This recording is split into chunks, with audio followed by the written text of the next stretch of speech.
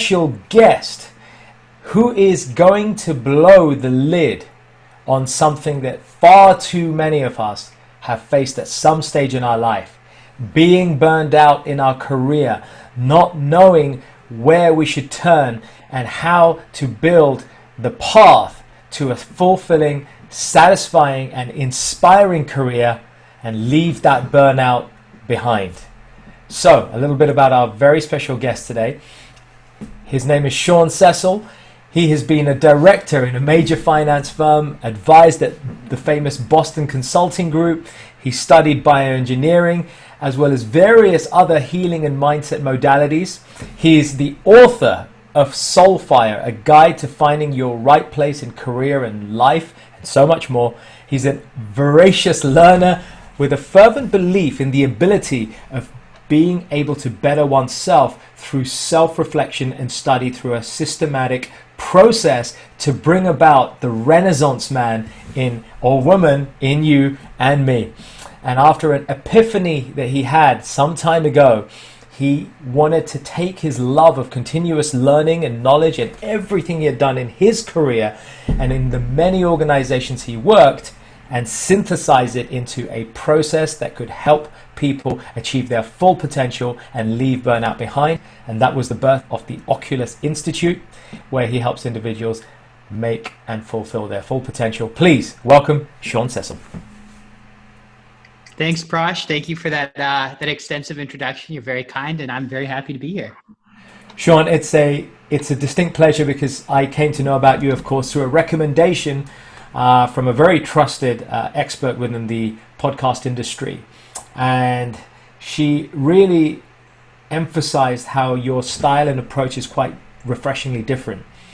Not only because you're an author and you've actually written about the subjects that we're talking about career, about burnout, about finding your purpose and for living a fulfilling life, but also because you've lived this, you've been through this, you've been in that corporate ladder, you've been in the rat race, and you've known what it's like to be employed and then to leave it all behind and become a business owner in your own right. So I'd love it if you just share a little bit about your background for the audience. Yeah, sure.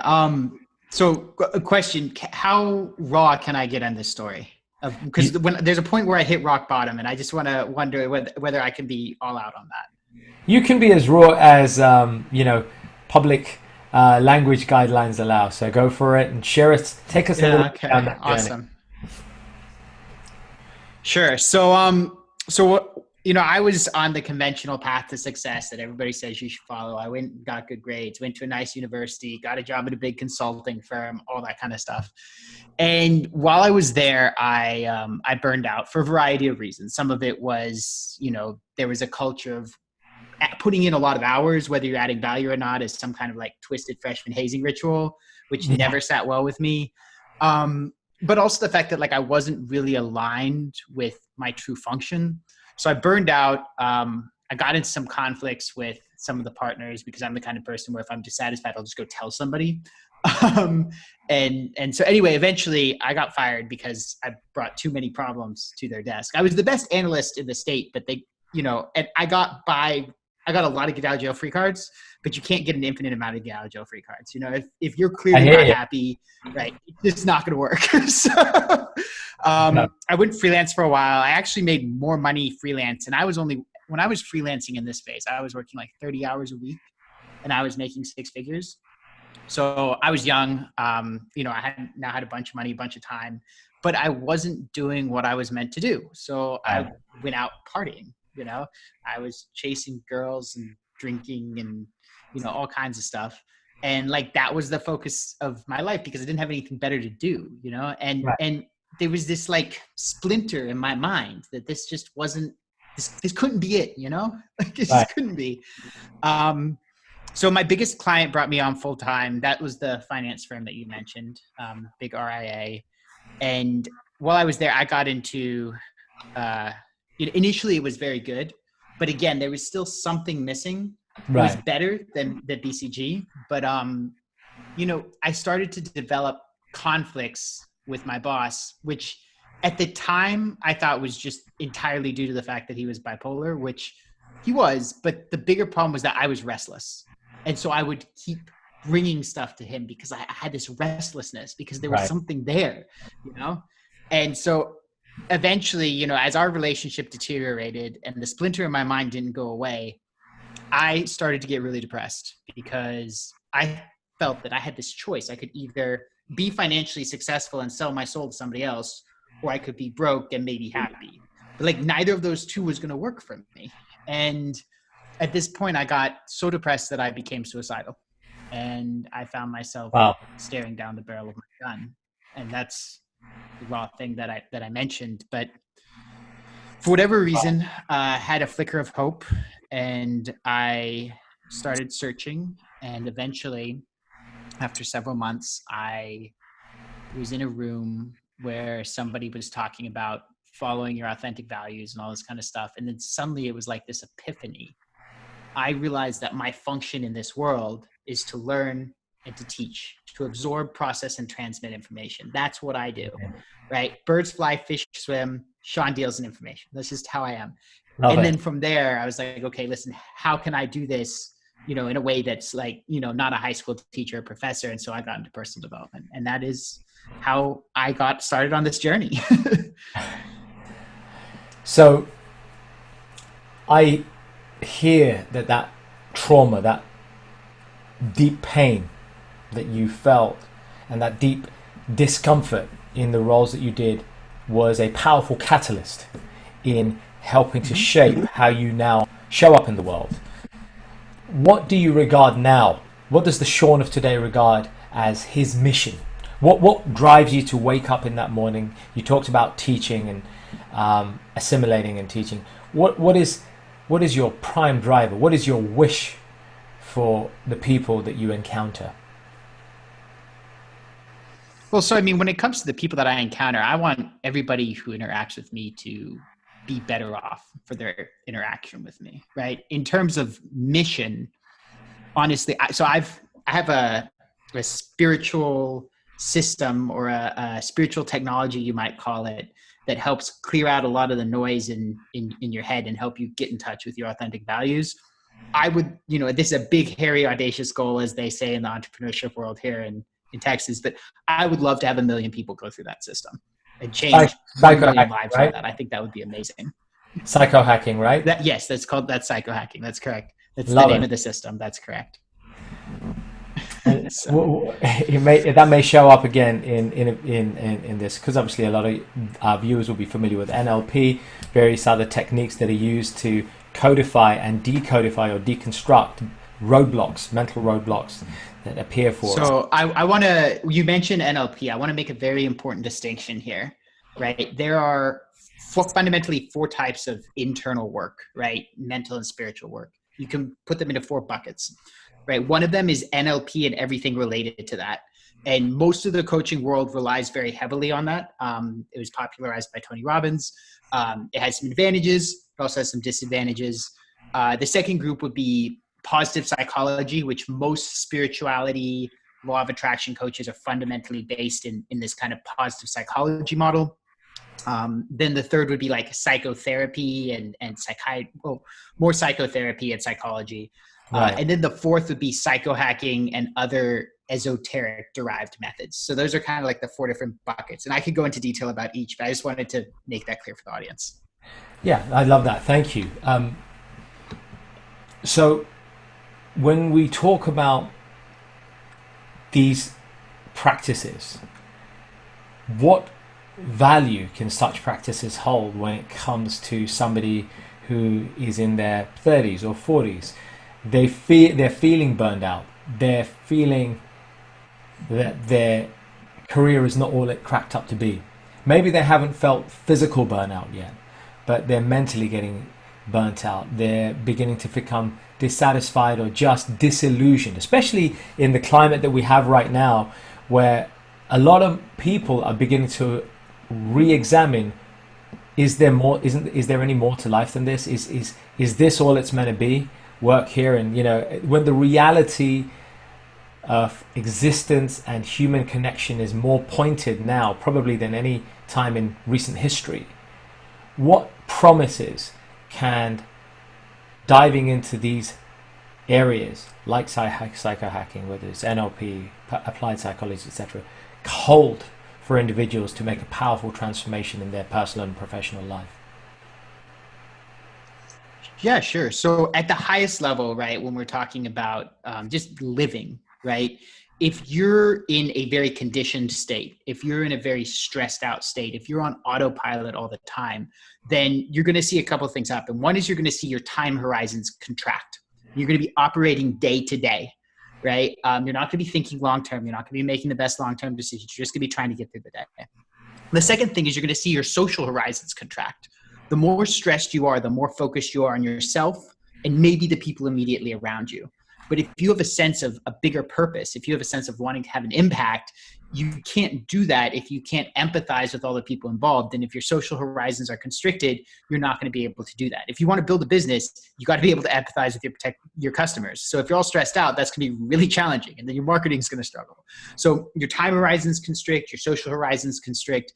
And as a result, people who are in this kind of day-to-day survival kind of mindset because they're in a state of stress, it's very easy to look at that and say, what's even going on here? Like the grandeur of life gets, sucked away, right? Because you can't focus on anything else. You're like a wolf always hunting for its next meal, right? And there's no richness to life when you're operating like that. When you're thinking about, hey, listen, what legacy am I going to leave 50 years from now? What impact can I have on the world, right? That's the kind of thing that brings people fulfillment. So just being on kind of stressed out autopilot in and of itself is going to drain the life out of you. The second main benefit is if you go and you clear all that static in your mind, you can get in touch with your authentic values. So one of the things that happens with pretty much everybody is as we grow up, we get conditioned to operate by the values of the people around us.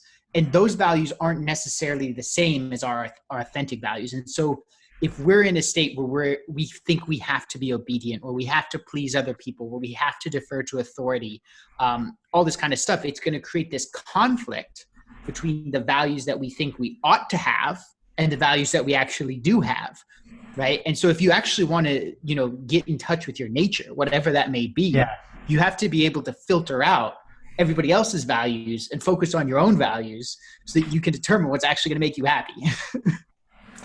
And how do you, that's a big point. Many of us probably are, obviously I talk about it in my coaching and training that, we have our self-concept, and our self-concept has been fed since childhood with other people's values and beliefs. And we've mysteriously and unwittingly believed them to be our own, but they're not. What do you see is a powerful way to detangle other people's values and beliefs from our own?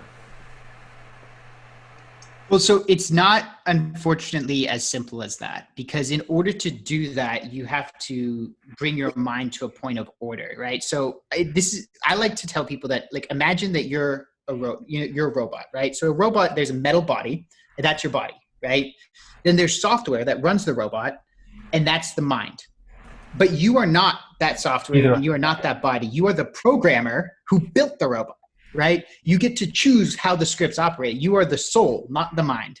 And so for that soul to get in touch with itself, you have to clear out all the static in the mind. Because for most people, the mind is like something that's infected with computer viruses. Like imagine you have a computer, you have 78 tabs open, you have 3 videos playing, 4 songs, you don't know where the music's coming from, and it's got 15 viruses and pop-ups telling you that you owe $500 for ransomware. That's how most people's minds operate. And so in that chaos, like that. You can't actually you can't actually get in touch with your authentic values. So the first thing you have to do is clear out that chaos. That's step number 1. Yeah, so, I like that. I like to break that. I like that. I love the analogy, in health and fitness, when people go on a certain diet, before they go on the diet itself, they go into what's called a palate cleanse. At least that's how I teach it. I get my clients to do a palate cleanse. They've got to go and simplify their food for a week or 2 weeks to reacclimatize the tongue, because there's so many complicated tastes and appetites and likes and dislikes. You've got to clear that out. So you've got a palate cleanse. So it's really about neutralizing those tabs. And as you say in your analogy, to get to a point where you've got some degree of stillness. Absolutely. Absolutely. And I can dive into detail about like the different ways to go about that if you're interested, or we could just go to the next step in the process, whatever you feel is best for the timeline. Well, I think, it would be great just to, give us an insight into a way, a well tested way that we might go about looking to bring that stillness so that we can really get in touch with our authentic self, where we can revisit or embrace our own true values. Yeah, absolutely. So the way that I've used for myself and from, all of my clients, and I can say, and this is not something many people can say, but up to this point, for the clients who've actually done the work and gone through the system, I have a 100% success rate on getting them to something that they're enthusiastic about. I'm very proud of that. I do not allow that to fail. That assumes, of course, that people do their part, right? So the way that I go about it is you start off with a very important principle, and that is you want to observe the mind from the perspective of the soul without condemnation or justification. Because if you're justifying what you observe, then it's going to stay there. You're saying it's valuable. And if you're condemning it, you're going to build an aversion to the observation, and then you won't be able to keep doing it. So I break it into many phases. I mean, the first phase that we look at is first we do a very introductory thing of realize how mechanically you operate and how conditioned you are. Because most people, they think that they're making all these decisions. They're not. It's just prior conditioning loops. And we start to observe stress and the effects it has on your body and mind. So that's kind of like introduction phase. Then we go into external conflict. We look at complaining. We look at entitlement. We look at blame. We look at revenge and revenge fantasies. And at this point, people start to realize they've got a lot going on there that they weren't aware of. And they have a lot of wounds and projections and all this other stuff. And that drains a massive amount of energy. But when you start to see it slowly, it starts to wither and die, right? Then the next phase we go into is internal conflict, right? So internal conflict is people pleasing, deferring to authority, self-judgment, false fronts, all these things where people are trying to be something they're not, or communicate something that they don't believe or whatever to make other people happy, right? And that's something that is probably more common than the external conflict, and as you start to see that and the effects that it has on you, again, slowly it starts to decrease, right? Just observing it, it will just naturally start to decline as long as you don't feed it energy. Then I go into dissolving stress. And you can break all stress into 4 categories: anger, guilt, fear, and grief. Now, I define that technically in a way that is, as we would say at BCG, mutually exclusive and collectively exhaustive. So anger is stress attached to blame directed at someone else. Guilt is stress attached to blame directed at yourself. Fear is stress not attached to blame about something potentially in the future. And then grief is stress not attached to blame about the past or the present, right? Beautiful. And so, yeah, so that way you can categorize every single stress you have. And then each one has a different method of dissolving it, because they operate at a psychological level. They operate very differently, right? So if you go in, then you can dissolve each of them. And that, again, that allows you to get to a place of calm. Now, the problem is that when you're at that place of calm, that keep popping back up, that you're playing whack-a-mole. Now, if you want to stop playing whack-a-mole, you have to go a level deeper into the mind, and you have to go into the things that are triggering these stresses. Things like expectations, things like associations, things like, replaying old records, and things like greed, which is the constant insatiable search for more, better, and different. And once you've dealt with those, now you're at a much, much, much deeper place of calm, a much more constant place of calm. And you have all the tools to handle all of this as it arises, which allows you, even as stuff comes up, for you to stay in this state. Now you can really get into your beliefs and values. Now you can start looking at, what in NLP belief reframing, which is now a lot more powerful because you don't have all these random emotional charges coming in from every direction. Right. And then you can do a real values discovery based on what you spend time on, what you spend money on, what you spend thought on, what you spend energy on, willingly and happily, as opposed to because you feel you have to. And because you're in this place where you can actually listen to your heart and your soul, you can do that without trying to say, oh, well, this should be a value and that should be a value. And, I just don't want this thing, right? Because that whole moving away from thing, that's not a real value. That's just fear, right? And so because you've dealt with all that, now you can actually get to what's going on. Yeah, I love that. I love the fact that, you know, there is a path to get to that situation. I myself work in different ways. I sometimes get people into an induced state. We do light hypnosis, tap into the subconscious mind, and then start to ascertain where those old stories, and I call them ancient wounds, you referred to, you know, where they've been kind of seeded, to look and go and start to bring them to the surface. And again, getting into that observer mode, because by observing something as a third party, you're able to start to break that grip that it's held for so long. Because you start to realize sometimes the absurdity of the very thing that was previously held as a belief, or that was gripping you or choking you. So I really resonate with that. Let's talk about why people end up getting burned out and dissatisfied in their career. The top most common reasons why people end up feeling dissatisfied and burned out in their career, from your observation. So it all starts, yeah, absolutely. So it all starts when in childhood, really, right? As a kid, you know, by the first time you have any kind of awareness of what's going on, it's, oh, do what my parents say. Which as a child makes perfect sense, because you're a little kid. Yeah, you there know are what's going caretakers, on, right? There are caretakers. Like they know, okay. Right. Then you go off to school and it's, oh, do whatever the teacher says. And for young kids, that makes sense. In middle school, it still kind of makes sense. By the time you're in high school, you should start thinking for yourself, but most people don't. Then people go off to university, and then it's do whatever the professor says, right? And then at this point, people have been so acclimatized to this notion of obedience, right? I mean, like the very education system was designed by a guy named Horace Mann. And he studied a whole bunch of education systems all over the world in the 1800s. And he decided that he wanted the US to follow something called the Prussian common school system, right? Which was designed to do two things. It was designed to make productive industrial workers, and also to instill a pattern of obedience, right? Because in Prussia, they wanted you to go be a good worker, do what you're told, maybe go be a good soldier, because Prussia was very big into war at the time, right? And that kind of proto-industrial revolution mindset became the dominant template for all of our education system. And then what happens is, because everybody's thinking that, hey, listen, if I'm not following some authority, then I'm off the path.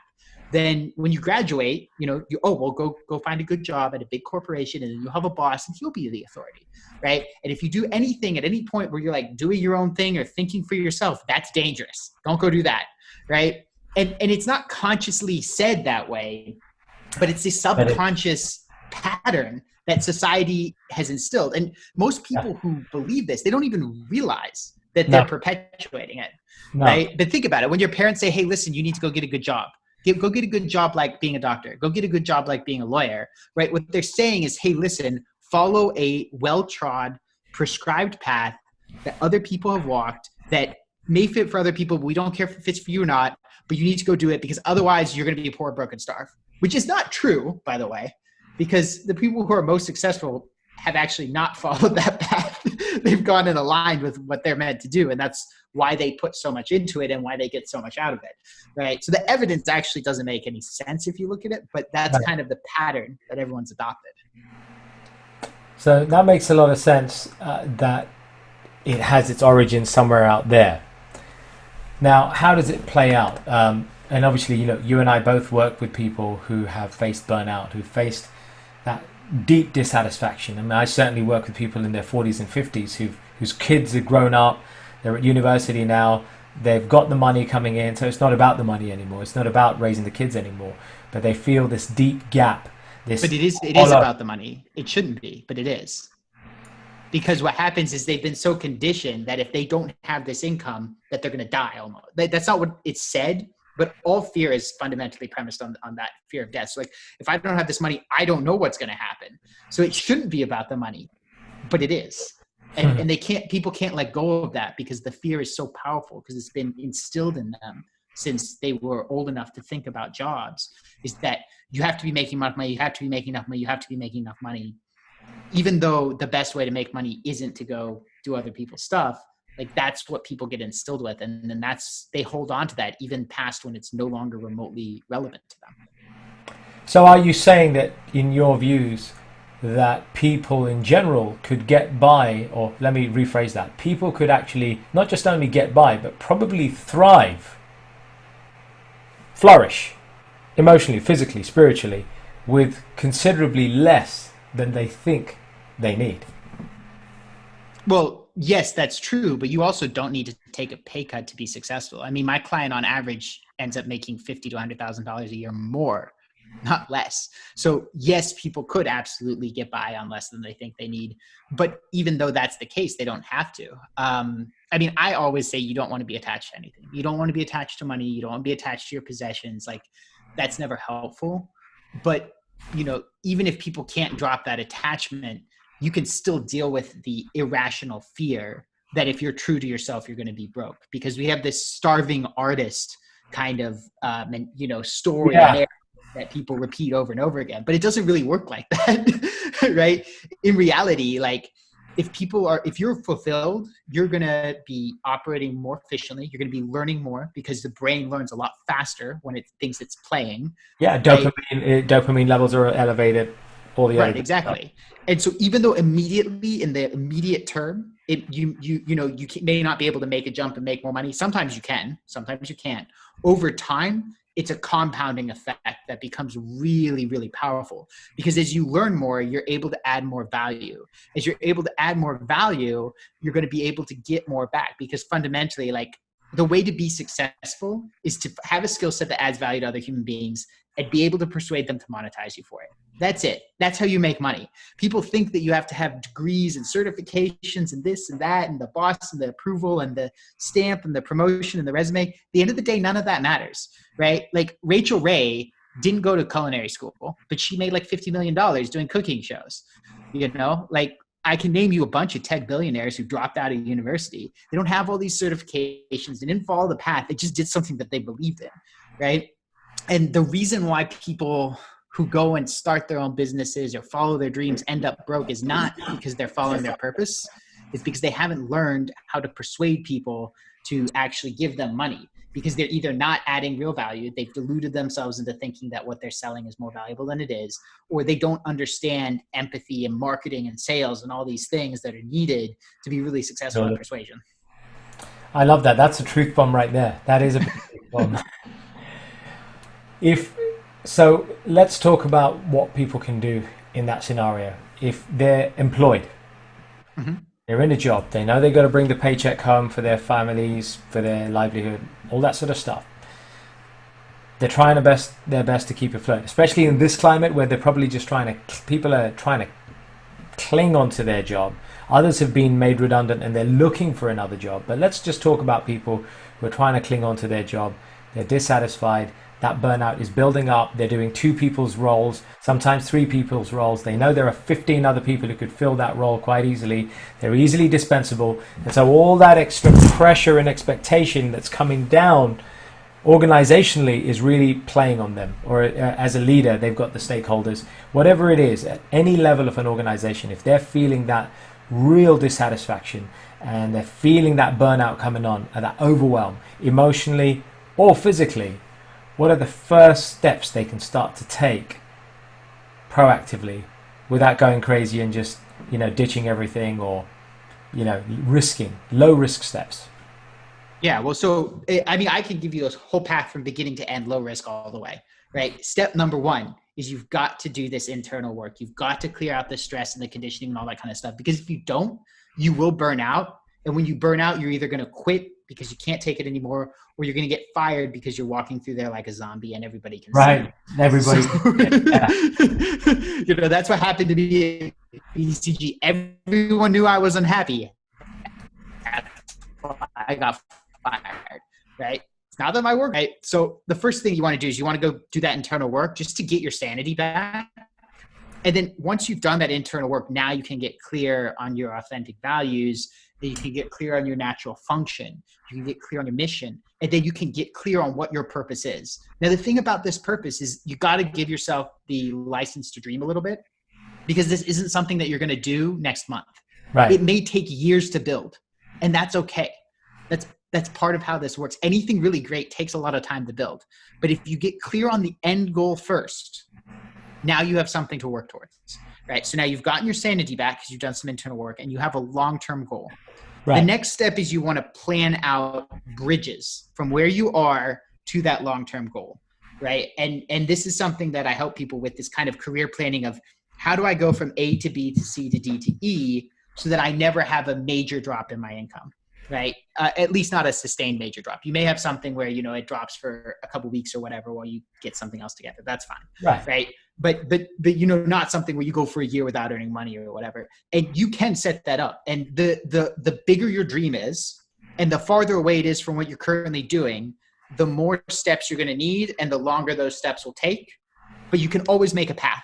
You can always make a path. I have never seen a situation where somebody could not make a path unless they put a dream that was unattainable. So for example, if they're 55 and they say they want to be an NBA superstar, that's not going to happen. But the vast majority of people undersell themselves. They don't oversell themselves.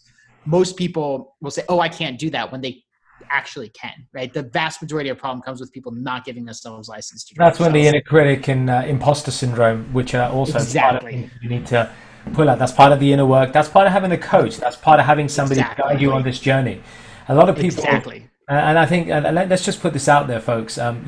You're tuned in. You may or may not have a coach as you're watching this, but let me say something. There is not one person that I've interviewed in all the years of podcasting who hasn't had some sort of coach or mentor in their journey of success. Absolutely. 100%. I am so in favor of coaching because, so like for me, when I try to figure out a lot of stuff on my own, and I'm a clever guy and I did figure out a lot on my own. But when I had that epiphany, I was in a room where there was somebody talking, right? And he didn't personally come help me, but that wisdom right there was what helped me make that connection, right? And then when I started my own business, I invested in many coaches, right? First person I invested in was kind of an online info product. And I learned a lot and that was great. The second guy was basically a charlatan. I lost some money. Well, tough cookies. The third guy that I invested in gave me a modality that at the time was very effective and allowed me to get my business off the ground. And I made back many times what I invested with that guy. And I invested a lot with him over the years, right? And then I had another coach to help me with, with newer marketing stuff and content stuff. And, I paid him, I'll just be upfront. I paid him $25,000, but in the first year I made 125 back in directly attributable profit, right? So that's not saying my total revenue. That's not my total profit. That is money that is 100% I can track and tie to initiatives that he had me do. So I got 5 times my money on that, so it's like most of the time when I've invested in coaches, when I've had any modicum of, thought of, hey, listen, is this the right person? It's turned out really well for me. And it's amazing how much people are scared to invest in their own self-education. They're fine investing $200,000 going to some university because everybody tells them that's what they're supposed to do because that's society's safe path. You have to do that. That's non-optional. But to invest even a couple $1,000s in themselves, they won't do it, most people. And the result is that they stay really, really, really stuck because there's somebody who could fix that problem like that, and when you don't avail yourself of those resources, you never get that, exponential growth benefit that really leads you to be the most successful you can be.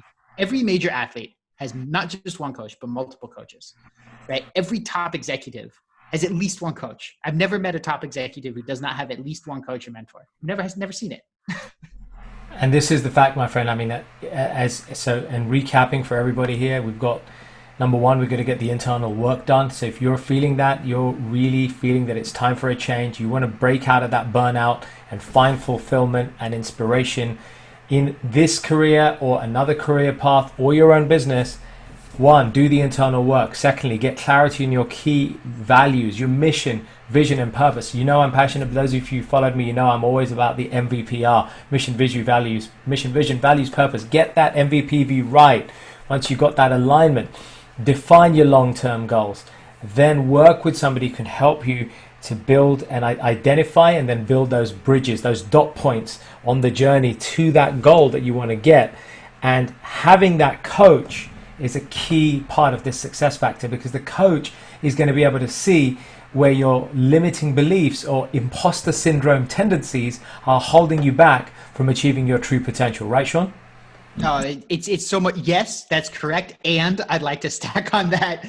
Stack away. A coach can help with the internal work. That's super valuable because, as Einstein said, you cannot fix a broken system, broken mind with the same broken thinking that created it. So if you're not leveled up, you're going to need somebody to help you level up. The next thing is a coach can help you get clear on your purpose. Ultimately, that's you, but they can kind of guide you and poke you and, steer you a little bit. As far as the career planning, they can absolutely plan out those bridges because most people, they don't have experience in career planning. It's not something that they do because they just follow the safe path. And it's like, sure. if you want to get to a financial goal, you hire a financial planner. If you want to get to a career goal, hire a career planner, And then giving you a shout for that, Sean. Well, I mean, I'm happy to help, obviously. Well, they need to read Soulfire. They should read Soulfire. We'll come back to that. So we'll come back to that. Capping this advice off. So we've got getting a coach, having somebody on your team who is able to be there for you, and that value. Hopefully, folks, you've realized that it is not to be underestimated. So that's great. Sean, what is the key criteria, aside from the things we've talked about, that could really cement a person's ability to find that fulfillment and then that satisfaction in their life, whether it's an employed career, their own business, whatever it is? In all your years of learning, what is that special sauce? A refusal to settle. Wow. The refusal to settle. Yeah, it's the refusal to settle. Because if you have that mentality that, hey, listen, I'm not going to settle for living somebody else's life, then you're going to do whatever it takes. And that's where courage comes from, right? Is, hey, listen, this is going to be scary. This is going to be challenging. This is going to be a lot of work, but whatever it takes, it comes from that refusal to settle. I love that. But let me throw in one challenge here. We get the flip side of this. The flip side of this is somebody who doesn't want to settle. The flip side is somebody who's stuck in complacency. They lack the discipline or motivation. And a lot of people, by the way, consider discipline and motivation to be the kind of same thing. It isn't. In fact, I know you like to make that distinction. Would you share the importance of the distinction between discipline and motivation and how it relates to avoiding complacency and not settling, but at the same time not becoming so greedy and restless that you're never satisfied? Well, so I would argue that if you're greedy and restless, that you've got, like, yes, there's a refusal to settle, but if you don't have a target, then that's the problem. I'm saying if you have a target and you say, hey, listen, I know where I want to go, I'm not going to settle for any less. If you say there is no target, well, then it's not that you're settling. You're just, as you say, greedy and restless and all over the place. If you don't have any idea where you're going, you're just like, oh, I'm never going to be happy. That's not, that's just misery. That's just like Scrooge. Like, you can never win. That's setting up the game in a way that you're guaranteed to lose because there's no winning point there. Yeah, okay. So I agree with you. That's a whole nother barrel of fish. I have observed that people who are complacent tends to be the majority of people. Absolutely. It's a major problem. Right there alongside deference of authority and it's all tied together. Syndrome and it's all tied together. It's all tied together. Yep. But to answer your question, I know all too well, my friend, with our clients as well. Yeah, absolutely. But to answer your question about discipline and motivation is when you're doing something because you want to do it. Discipline is when you're doing it because even though you don't want to do it, you know it's going to get you to wherever you want to be. And I would argue that most people start in complacency.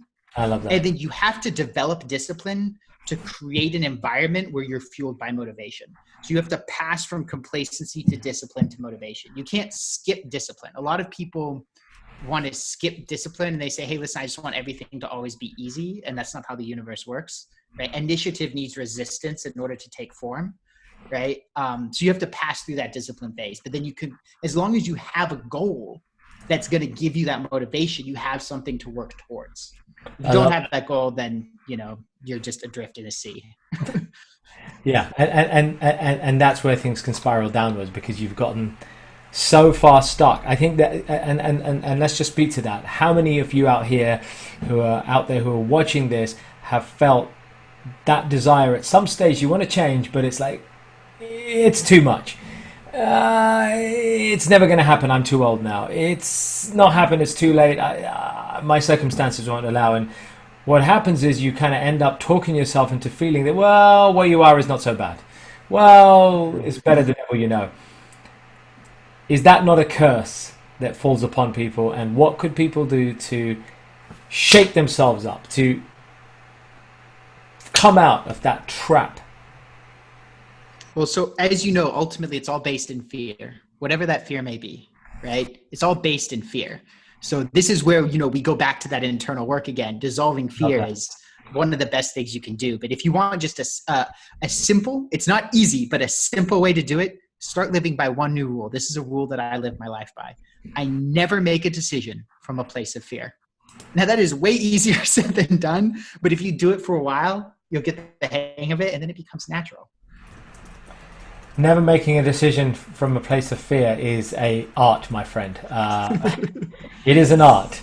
I think so many of us do that, whether it's fear of uncertainty, fear of, at the moment, fear of uncertainty is a huge one, right? People are making decisions based on fear of uncertainty.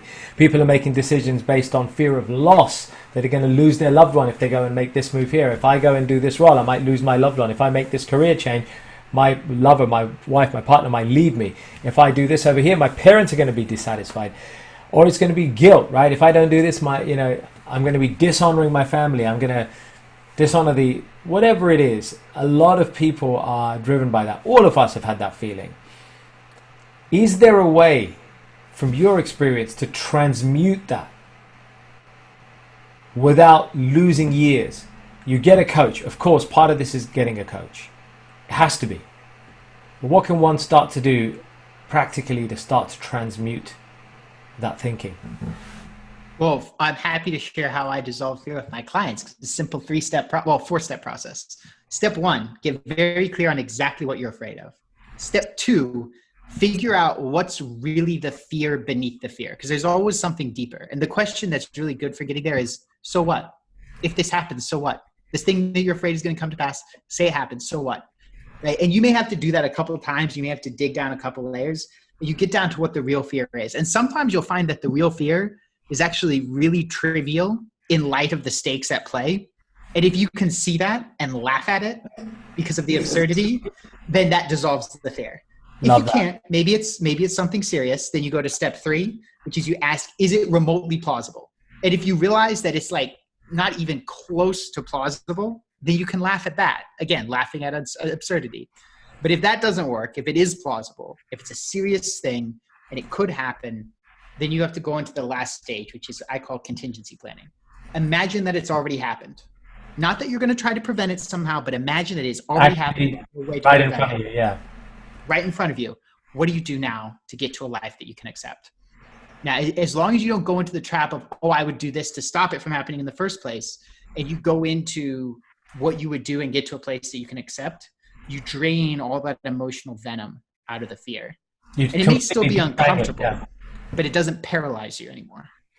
I love that, and it's a model that I've used. I don't know if you have a name for that model. I use the same model with my clients, and I call it defanging the snake. Oh, defanging the snake. Because you've got a snake, the venom's come. It's funny you say the venom, right? So I call it defanging the snake. That's hilarious. I didn't know that. What a coincidence. Because why I call it defanging the snake is that, you know, in step 3 and 4 of, you know, the way you described it, if that fear has come true, right? If that reality has manifested, if you've gone through this process and you've got to the contingency planning, you've also minimized or mitigated or reduced the size of the fear in your mind, and you think I chuck in some CBT, like, oh, go back and look at where you've overcome similar situations in your life, bring that back, and you've backed yourself up. So now you're more confident at handling what comes. If and when it does land, then it's going to be like the bite of that snake, but with the fangs taken out. It's still going to kind of, it's going to prick a little bit. It's going to hurt, but it ain't going to kill you. But it ain't going to kill you. You're going to get through. It's defanging the snake. Yep, I love the analogies. So I haven't met anybody who uses that exact same method though. So that's really funny because you and I, like, we haven't like worked together. Like we just No, independently came to the same thing. Great minds think alike.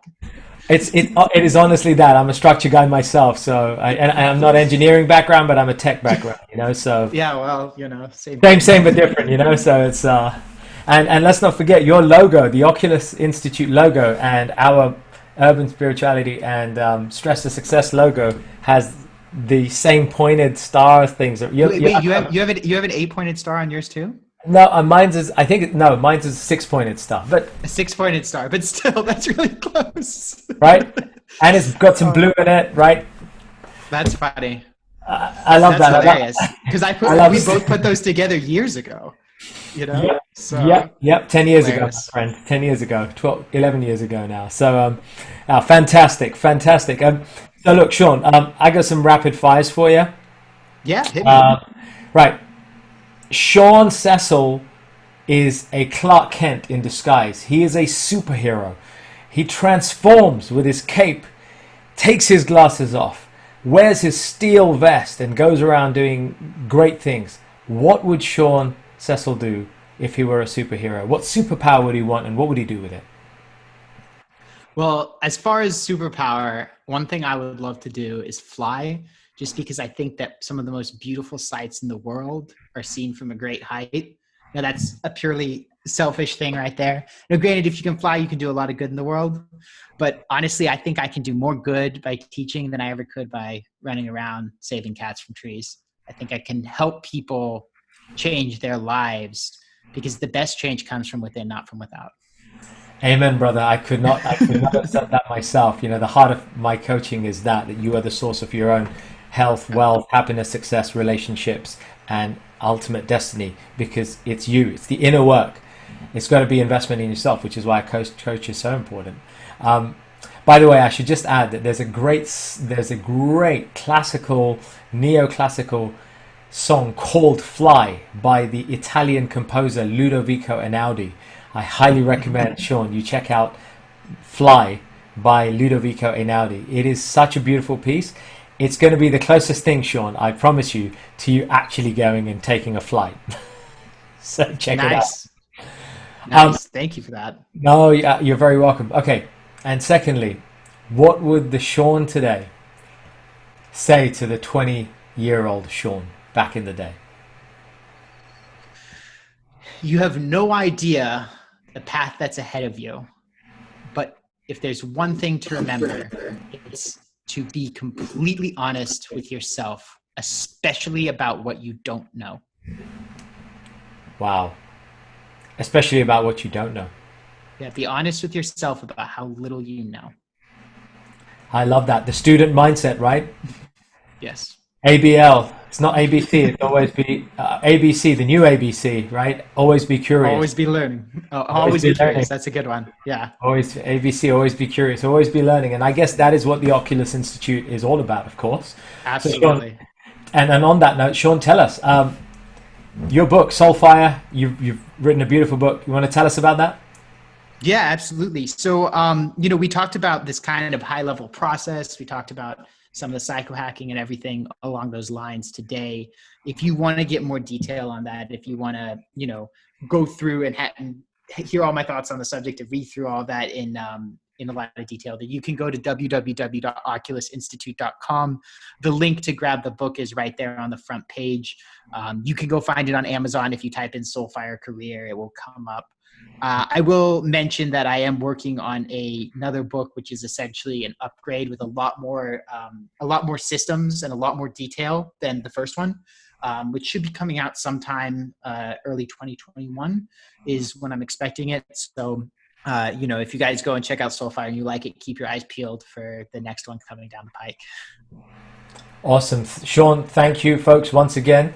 We have had the pleasure of having the fantastic Sean Cecil with us, the founder of the Oculus Institute. That's 1C1L. Go check him out on Facebook, the Oculus Institute website, the book Soulfire by Sean Cecil, and of course follow Sean's videos and teachings at Facebook and on his website, so that we can all start to break free from burnout and move towards success and fulfillment in our career, in our business, and ultimately for our life. Sean, thank you for joining us. Thank you, Prash.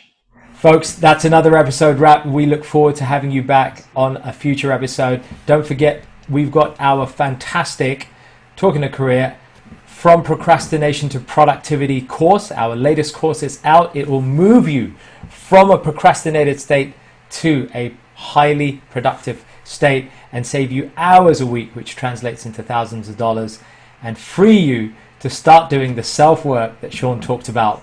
We can go back and get that going. Then you can go find a coach. Your very own Mr. Miyagi or Yoda.